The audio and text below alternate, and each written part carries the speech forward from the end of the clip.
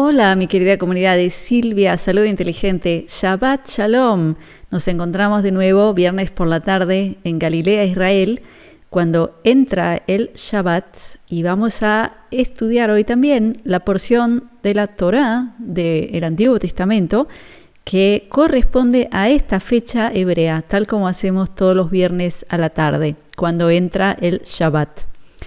Y seguimos con la fascinante salida de los hebreos de Egipto.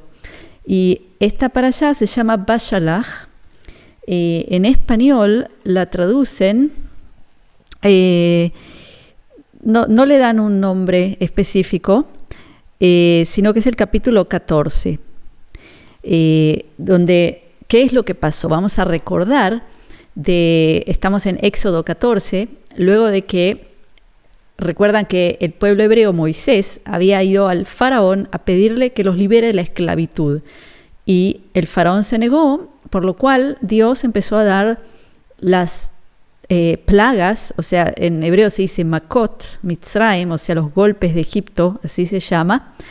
Y cada vez que venía un golpe, el faraón se más o menos daba por vencido, pero luego de nuevo se negaba.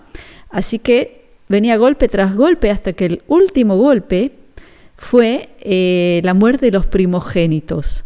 Es decir, que el último golpe que dio Dios a los egipcios para que el faraón de una vez deje salir a los hebreos fue hacer morir a los primogénitos de todas las familias, incluyendo animales. O sea, también entre los animales, el primogénito, todos iban a fallecer esa noche.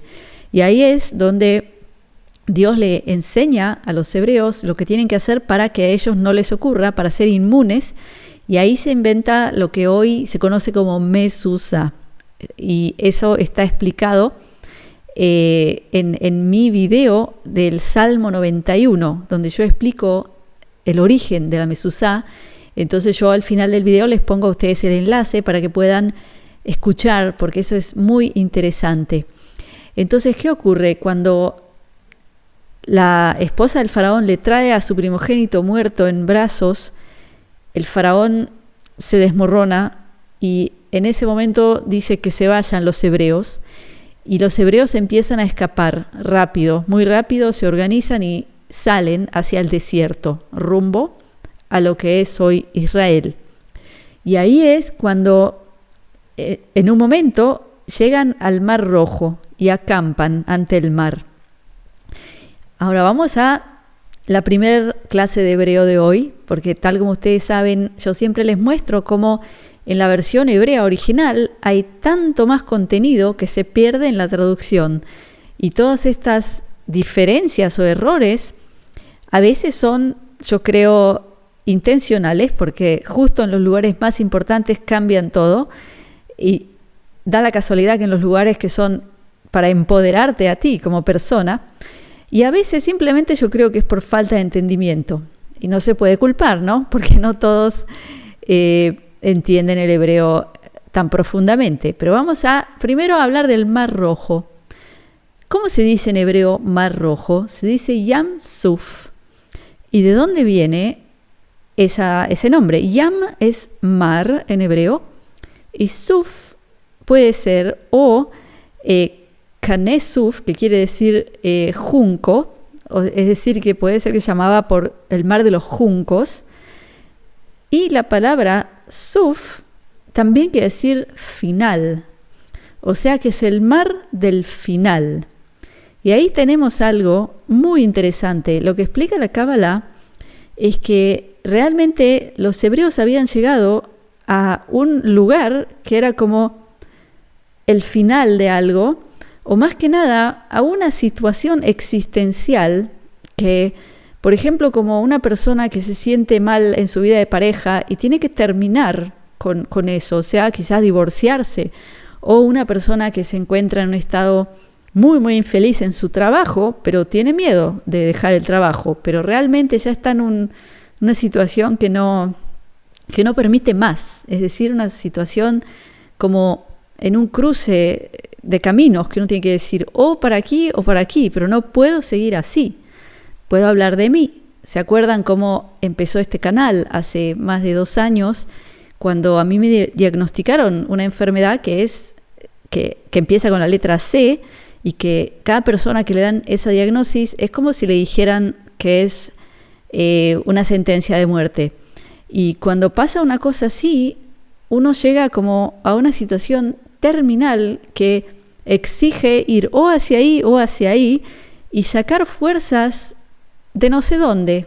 Quizás cuando uno toma cierta decisión, como la que tomé yo, que fue no utilizar más la medicina convencional, irme del médico, decirle chao y no ver más un médico sobre eso, hace falta sacar fuerzas de no sé dónde, ¿no? Para ir por el otro camino.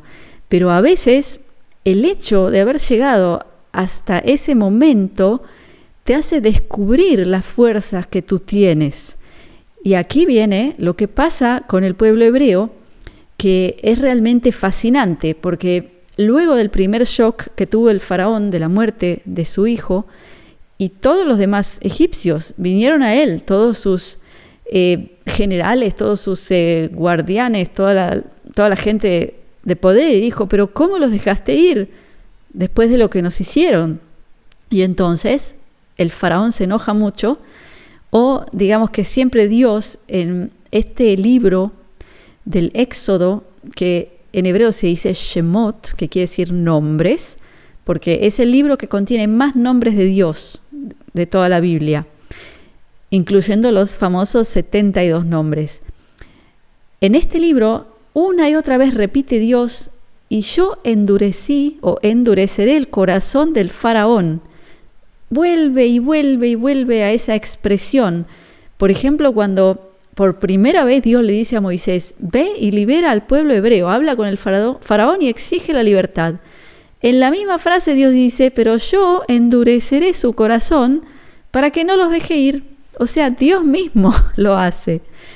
Y ya hemos estudiado juntos que al parecer la intención de Dios, porque Dios sabía que el pueblo hebreo se había acostumbrado a la esclavitud, se había vuelto una especie de esclavo de lujo que estaba en su zona de confort.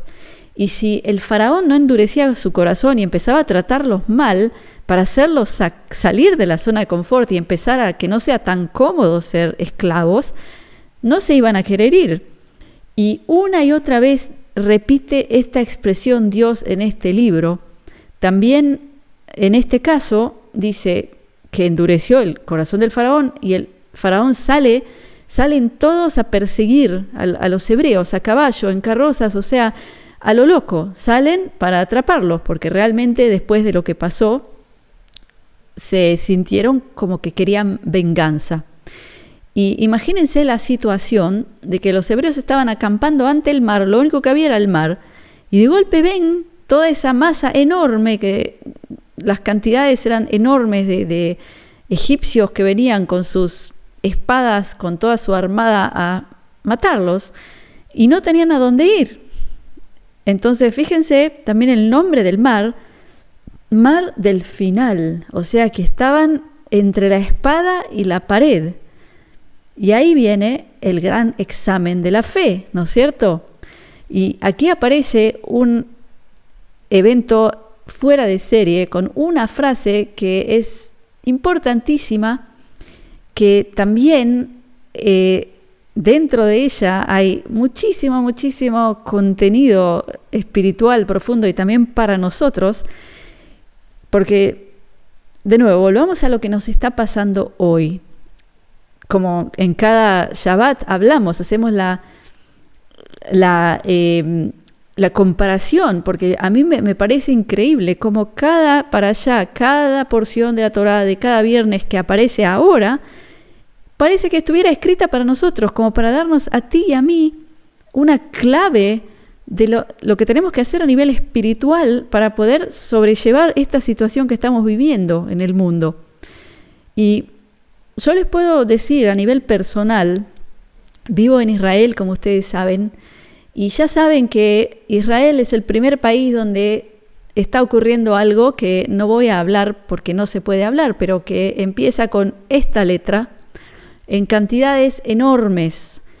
Yo por supuesto no, porque yo entiendo los peligros, pero estamos en una situación en que nos están poniendo entre la espada y la pared, o entre la jeringa y la pared, porque dentro de un tiempo están planeando los políticos que no tengas ningún derecho como ciudadano si no has hecho eso.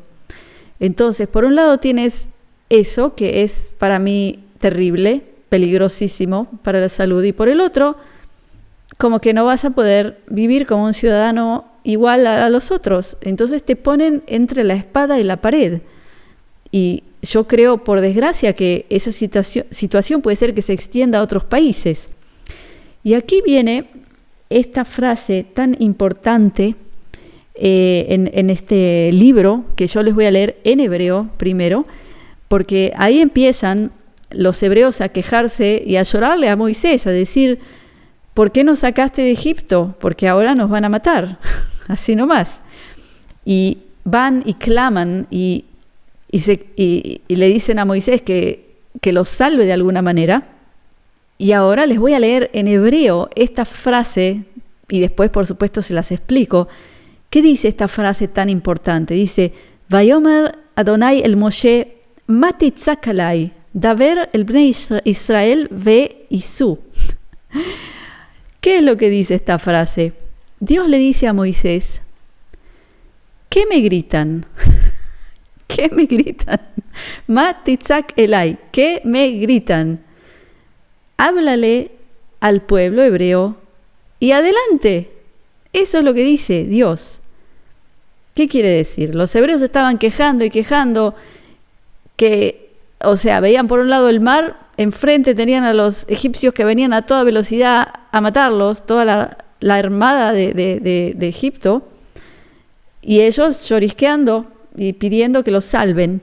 Y Dios dice: ¿qué me gritan? Así dice, Matitzak elai. Muy gracioso realmente. Háblale a los hebreos y adelante, dice, adelante. ¿Y dónde es adelante? Esa es la pregunta.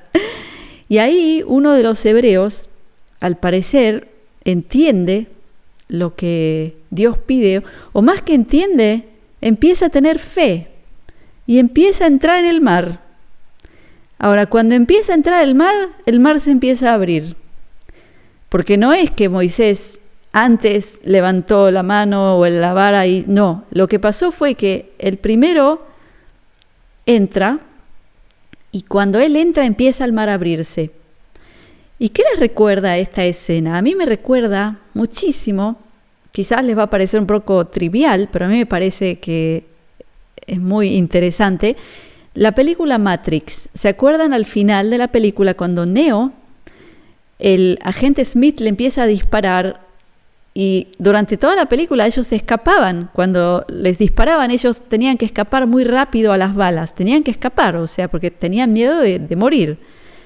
Pero al final de la película, Neo no hace nada, él solamente mira y hace así y dice no. Y la bala para y cae ante él. Interesante, ¿no? O sea que lo que pasa en la película Matrix es que el mensaje es que cuando uno se da cuenta de algo o empieza a creer, porque él empieza a creer que él es el elegido, eso era más o menos el mensaje de la película. Entonces cuando él entiende y empieza a creer y lo siente en su esencia que él es el elegido, ya las leyes de la física no son relevantes sobre él. Y eso es lo que pasa aquí con los hebreos. Cuando Dios dice, que me griten, adelante. O sea, ¿qué se están preocupando? O sea, hasta podemos hacer un paralelismo con cuando Jesucristo le dice a uno de sus, no me acuerdo si era Pedro o Pablo, disculpen, le dice que camine sobre el agua. Y el otro empieza a caminar y de golpe cae al agua. Y le dice, ay, qué hombre de poca fe. ¿No es cierto? Porque cuando hay fe, cuando se siente dentro de los huesos esa fe, uno puede doblegar las leyes de la física. Y eso es lo que ocurre, que ellos empiezan a caminar en el mar se abre ante ellos, porque eso era lo que tenía que pasar. O sea, ellos tenían que poder salir, ir hacia adelante, no hacia atrás, que era Egipto. Y solamente tenían que dejar de temer. También aquí en el libro dice, no teman, porque lo que nos está pasando a nosotros todo el tiempo, esta época, ya hace casi un año, es que nos están bombardeando con mensajes para hacernos estar en estado de estrés y miedo. Y realmente ese miedo es lo único que nos puede dañar. También dice la Kabbalah que cuando uno muere solamente por miedo, muere a un nivel emocional. O sea, si tú pierdes la fe y te desmoronas, ahí mueres. O sea, una persona con fe que se siente segura no puede morir. Entonces, lo que ocurre con los hebreos es que por un lado venían los egipcios a matarlos, porque eran una gran cantidad de hombres con espadas, todo un ejército. Por el otro lado, el mar. Pero ellos tenían que poder vivir para realmente llegar a la tierra prometida, que era lo que Dios les había prometido. Entonces, tenían solo que decir, vamos, sigamos adelante. Y el mar se abre. Entonces, yo creo que este es un mensaje increíble para nosotros. Y otra de las frases más fuertes que hay en este libro, en esta porción de la Torá, es cuando salen los egipcios a buscarlos, a matar a los hebreos, luego de lo que pasa con sus primogénitos, y los hebreos están acampando al lado del mar. ¿Qué es lo que dice esta frase? Dice, Veparó ikriv veisu bnei Israel et einehem veine Mitzraim nasa achrehem. ¿Qué es lo que dice esa frase? Dice que el faraón se acercaba y los israelíes, los hebreos, lo ven y elevan su visión, sus ojos a Dios y piden ayuda. ¿Y qué es lo que dice la Kabbalah? La Kabbalah dice que lo que hizo el faraón, más que acercarse, era acercarlos, es decir, unirlos como pueblo, porque cuando ese pueblo está unido, tenía la capacidad de hacerlo todo, y así fue como al unirse, luego son capaces de pasar a través del mar, que se abra el mar para ellos. Y yo creo que esto es un mensaje tan importante para ti y para mí, porque lo que yo personalmente veo en el mundo hoy en día es una gran división, mucha pelea entre nosotros, porque sí, o sea, sin justificación. Y yo veo que es todo lo contrario, que nosotros tenemos que unirnos. Es decir, porque por desgracia ya vemos que la única división que hay es entre los de arriba, la mínima minoría, que decide por todos nosotros, y nosotros somos la gran mayoría, el pueblo, los de abajo, la plebe, que tiene que aceptar cabizbajo cada una de las decisiones, por más que nos esté arruinando nuestra vida, la vida de todas las siguientes generaciones también. Entonces, dejar de estar peleando por estupideces nosotros, y también ver la manipulación que se nos hace para que nosotros peleemos, para que pensemos que izquierda contra derecha, blancos contra negros, heterosexuales contra homosexuales, o sea, todo es pelea, todo es feministas contra hombres.